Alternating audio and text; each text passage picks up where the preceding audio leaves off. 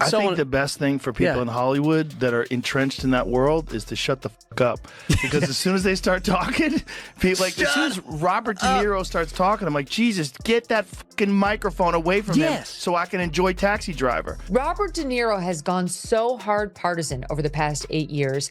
He is like example number one of Trump derangement syndrome.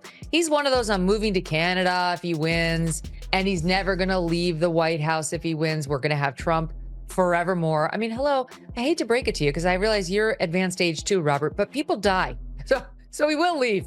One way or the other, he's going to go. Robert De Niro might have expected a casual political conversation, but Joe Rogan and Megyn Kelly showed up with a completely different energy. At first, De Niro was speaking with the confidence of an award show speech, but the tone quickly shifted. One sharp comment from Rogan had Megyn Kelly bursting into laughter, while De Niro looked visibly caught off guard, all live on air.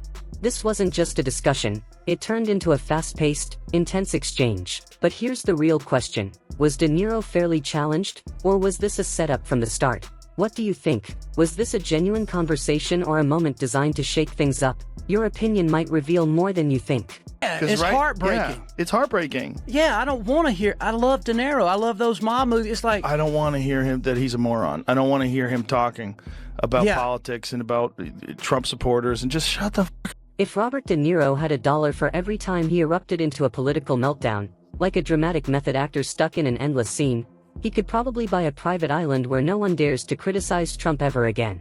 Yet, he chose a different stage, award show podiums, wildly gesturing like a man who confused a teleprompter for a boxing opponent. What do you think drives this non-stop political drama? Have you seen other public figures lose their cool like this on stage? Share your thoughts below. Yeah. Like, you didn't think this through. Like, this is, and he's getting yelled at. He's doing an outside press conference. Like, Robert, you're 80 years old. Don't ruin this thing. You've had this life where you were a fucking raging bull. You know, you were in The Godfather. Like, stop doing this. Man. Don't do this. I'm terrified to meet some of those people I looked up to now. You should be. I mean, like, I've met a few of them, and it's actors in particular, because their whole business is pretend. Their whole business is pretend. And just when it seemed like the world had run out of patience for another red-faced political outburst from a man famous for playing fictional mob bosses, two unexpected voices from the media world stepped in, each with zero interest in playing nice. First came podcast king Joe Rogan, casually entering the discourse like he'd stumbled onto the set of a cringeworthy political play, then promptly picking up a verbal sledgehammer and tearing up the script. But here's the real question. Should media figures like Rogan dive into Hollywood's political theatrics, or just watch from the sidelines as it all unravels? People shouting him down like, your movies suck. That's not true. No, his movies are very good. Suck. He's one of the greatest actors. I mean, he's the heir apparent to Brando, blah, blah, blah. But he's a loon. Yeah. I mean, you have to just say what he is. He's, he has, basically, I describe this to people. You know what's happening now? Because people are aware about concussions and the problems with CTE. When you get hit and you get a dinger in football, they put you in the blue tent, in the sideline. Yeah. That's what needs to happen to Democrats. They need to go into blue tent for a little bit, kind of, get your eyes checked, and then come out and be rational again. Yeah, cool off and a De little. Niro needs to go in the blue tent. I mean, because it's not calming things down. We need to be... While De Niro was busy having his one-man Shakespearean meltdown in front of golden statues and bored celebrities, Rogan delivered sharp observations from the safety of his microphone fortress. Without naming names, his criticism landed perfectly, like a shoe tailor-made by a bitter Italian cobbler. Have you ever noticed how sometimes silence speaks louder than words? Oh, Robert De Niro. Yeah. Now, Kurt's convinced that Robert De Niro's on some kind of Epstein list or some kind of thing like that, and that he's afraid that if Trump does get power, he's going to expose him, and he is actually going to come at him. Of course Kurt thinks that. That's what Kurt thinks that. Kurt thinks that about every fucking thing that happens in the world. I think Robert De Niro's just got Trump derangement syndrome. I think he's old, too. There's a thing about old men. And they want to yell at everybody. He's completely... Did you see when he went and gave that speech outside of the trial? That was bizarre. Told him that was a good idea? Rogan didn't need to call out Dyro by name. He described actors who confused playing tough guys in movies with knowing real geopolitics. According to him, some celebrities think reciting lines about honor and justice in mob movies makes them experts in policy. Spending decades pretending to be someone like Vito makes them feel qualified to lecture the public about democracy, like a barista lecturing NASA on orbital mechanics just because they stir coffee well.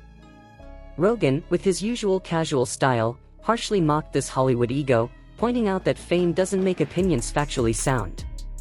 It's more about ego than politics. These actors believe their SAG card gives them the right to speak seriously on international issues. Though Rogan's tone was amused and relaxed, his critique was sharp and accurate. De Niro, unnamed but obvious, became the symbol of a once great actor who traded respect for complaints.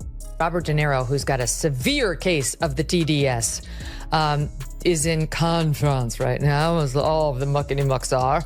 And he's very unhappy about what Trump is doing to try to keep filmmaking, American filmmaking, in America by slapping tariffs on foreign-made films so that he can basically try to force people to make them domestically again for the American audience that they're meant to serve. And here's what De Niro said on Tuesday. America's Philistine president has had himself appointed head of one of our premier cultural institutions.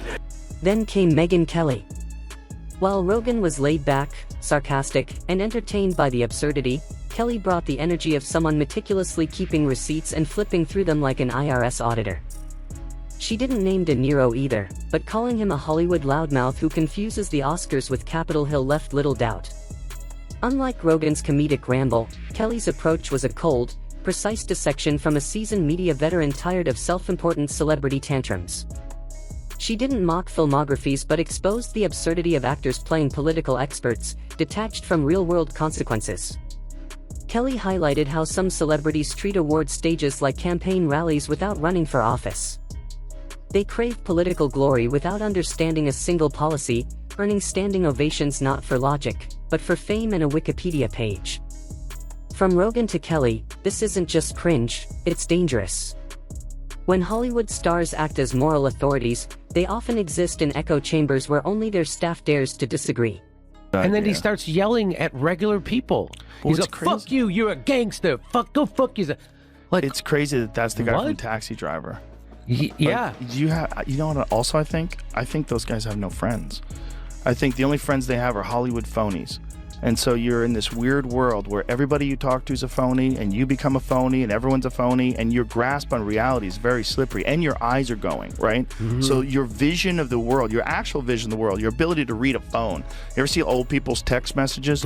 The fucking text on their phone is like as big as my hand. Yeah. It's crazy. And so your vision of the world is blurring, literally and figuratively, and then you're getting old. And when old people are tired and cranky, they just want everyone to listen to them and they don't have time to have a calm conversation. And you state out your opinion, I'll state my opinion. Let's see where we have common ground. Get off my lawn!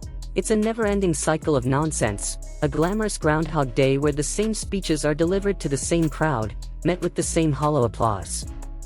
Kelly, never one to miss a chance to expose hypocrisy, peeled back the curtain on actors living in gated mansions, protected by private security, pretending to relate to the average voter. They preach justice from podiums shaped like Oscar statues, then drive home in cars worth more than most people's houses. The core message of her critique? Authenticity matters. People are tired of millionaires who spend hours in makeup chairs being hailed as geniuses. Eventually, the costume comes off, the lights go dark, and what's left is just a man who once played a boxer, now swinging punches at political villains.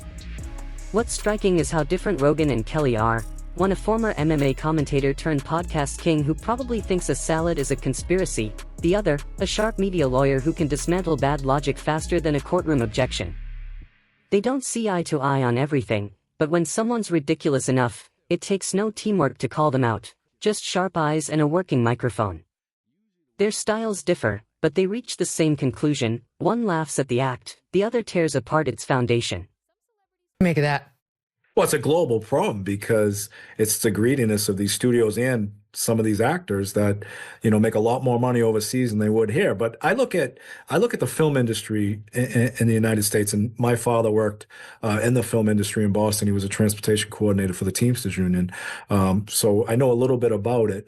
I look at the film industry as we have some of the most creative people in the world.